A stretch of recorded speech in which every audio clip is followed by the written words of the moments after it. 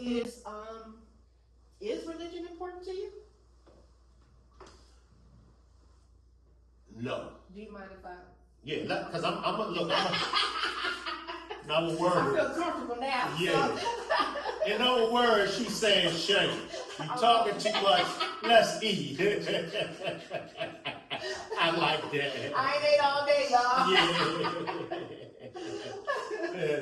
But you go ahead and start. Okay, thank you. Let me just answer your question. Is religion important? For me, to me, religion is not important, and that's because of the many houses of religion that I've had an opportunity to be a guest in and learn from. Now, I can give y'all my perspective on religion. I can give y'all my perspective on how I look at things. I look at religion as a school of thought. Each religion is just like school. You know, you got the different subjects. You got reading, you got math, you got science. You know, you got all these different subjects that you're going to learn something from. Me personally, I can't speak for everybody else. I've learned from the Christians. I've learned from the Muslims. I've learned from the Jehovah's Witnesses. I've learned from the Catholics. I've learned from Judaism. So for me, religion is it's not big. It's the individual. It's the person. Because you can have a fool that's a Muslim, right? Now we know a fool is a fool, right? You could have a virtuous woman. You know, you can have a virtuous woman that is a Christian. Vice versa. You can have a virtuous woman. Wow. I know it, y'all. Every time I get to drop them jewels. What happened? No sound. Oh no! This so well, thank goodness I recorded us for backup. Okay, there we go. Alright. All this time and all, you got it. I got it. But that was my bad, y'all. I had the mic off. I had the mic. So what made you decide to pursue Islam? Okay, so like you, I always loved the discipline, right? Now this is what really got me all the way in the Nation of Islam. The gas and electric was getting ready to get cut off. And so, thank you. I seen one of the brothers that I went to school with, Brother Omar. And so he was out soldiering. For everybody that want to know what soldiering is, he was out selling the final calls and bean pies. So I said, hey brother, I said, my lights get ready to get cut off. I need some help. So he said, come up to the mosque. And so, you know, I'm so used to how the church do it, Christians do it, you know, they'll just direct you to a church that may be giving out the funds. You might have to show your gas and electric bill, things of that nature. So I'm expecting Brother Omar to give me the money. I'm young at the time. So he said, come up to the mosque. So I'm like, huh? So when I go up to the mosque, he said, where's your suit? And where's your bow tie? So I'm like, I don't have a suit. I don't have a bow tie. So he took me to the cleaners. It was the cleaners, and you know, the cleaners be selling suits and stuff. So he got me a suit out of the cleaners, and he got me a bow tie. And I'm looking at him, and I'm like, what is this for? I need the money, gas and electric, get ready to get cut off. Where we going? Yeah, where we going? What we doing? You know what I mean? So he got me, he started me with 50 papers, and at the time, the papers was $1. This was back in the 90s. The papers was $1. You turn in 70 cents, and you take 30 cents off of the $1. Now I'm young. Keep in mind, I'm young. None of this is registered to me. I'm like, so he get me, I think it was 25, no, it was 50 bean pies. It was 50 bean pies. So he said, and during them times, the bean pies was $2. So he teaching me, he's teaching me as the Jesus parable, the teaching how to fish, right? But I'm young. I ain't catching none of the degrees that he giving me, but he giving it to me right there. So I sell the 50 bean pies, $100. I'm expecting the $100 will be mine. I may have sold maybe 6 or 7 papers because I was new out there. So he said, okay, you give me $50. That's my $50. And I'm like, bro, hold on. I said, bro, hold on. I said, the light's gonna get cut off, man. I said, let me keep the $100. I said, I got you. He said, no. He said, you take that $50 that you made off of the $50 that I gave you, you grab 50 more bean pies. Then all that money is yours. So I'm like, all right. You had me out here selling these bean pies in this hot weather. Now I gotta go back out to sell more bean pies. Why you just can't give me no money? But as I was saying, he was teaching me the Jesus demonstration, how to fish. Nice. And that's what I love about the nation. They're gonna teach you. They're gonna teach you. They're gonna teach you. And like yourself, I'd have been wanting to go to the church too, get that $100 to pay that bill. But they're giving you a skill that's gonna feed you. Yes. Fight and do what you gotta do. How would you go about that? To be quite honest with you, that's why my last relationship ended. We were going on different paths, spiritually. And at this point in my life, that's why when I had that conversation with the gentleman, let's not play and waste each other's time. It ain't gonna work. Because I already know what my purpose is, what my mission is in life. And if you still praying instead of working, it ain't gonna work for me. Because I'm in these streets all the time. I'm in the streets volunteering in one of our communities. I'm in the schools teaching. I don't work in a women's prison. Like, I'm working. So if you sitting there praying and not working, it's probably not gonna work. And then my particular personality, I'm not aggressive, but I could be assertive. And it will probably end up butting heads because I prefer, me personally, I prefer to be in this, I don't want to call it submissive role. I prefer to allow my man to lead. Stay right there, not to cut you off. Ladies, what is wrong with submissive? I'm gonna get the sister to break it down because she would not touch that word. Y'all saw how she backed away from it. You're gonna have to clear that up. Because I think when women think of submissive, they think weak.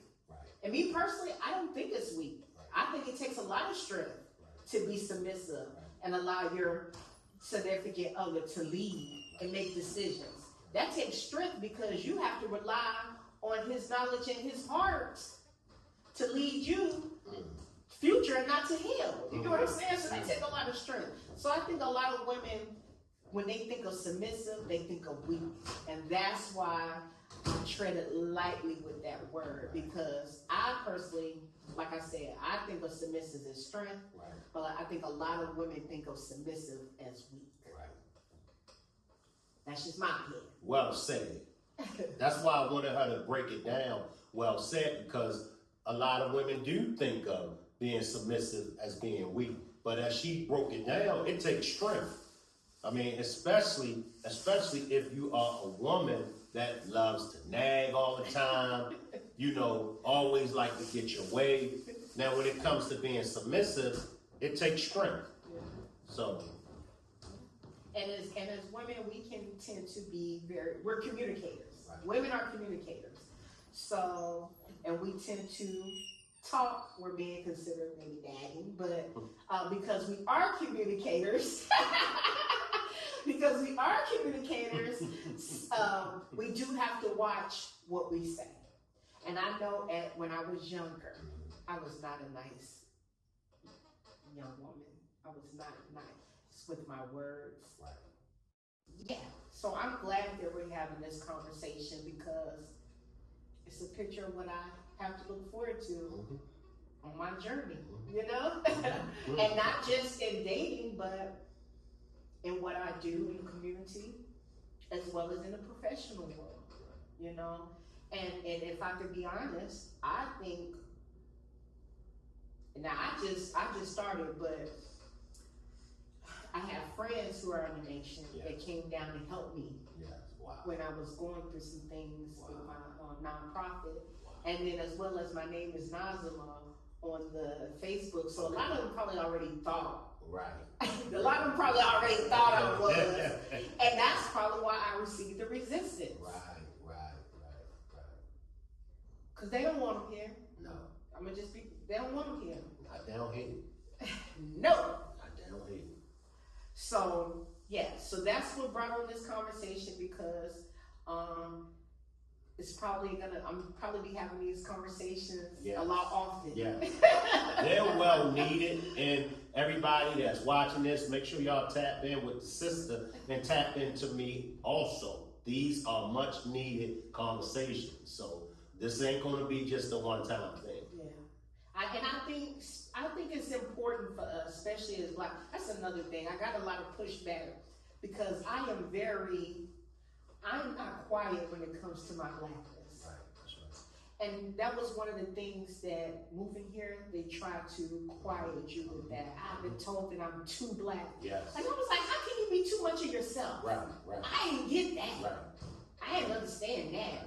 So it made you have to shrink yourself, and I refuse to shrink myself. There you go. And that's probably why I always get knocked upside the head. You know what I'm saying? They're like, man, she won't be. But we need that because, like I said, our children are lost, and they lost because they don't know themselves. And when you don't know yourself, it's easy to hate yourself. And when you hate yourself, it's easier to harm your brother and sister who look like you because you don't love yourself. And when I say you love yourself, it's easier to love others that look like you. So I intentionally, I said, I was sitting with a brother one day and I was going to say, I know my place, but I switched it. I said, I know my position. Right. And my position is to defend our men and protect our children. I'm aware. I know my mission. Those are not shank wrap words. And once again, this is not a switching lanes episode. These are the thoughts, the opinions, and perspective of Sister Selena. Yes, and I'm big on building the Black family again. A lot of people don't know this, but I've been writing something for a while now, and it's called Black Men Come Home. Wow. So I know in order, because I love our kids, it's going to take order in our households. And that started with our men.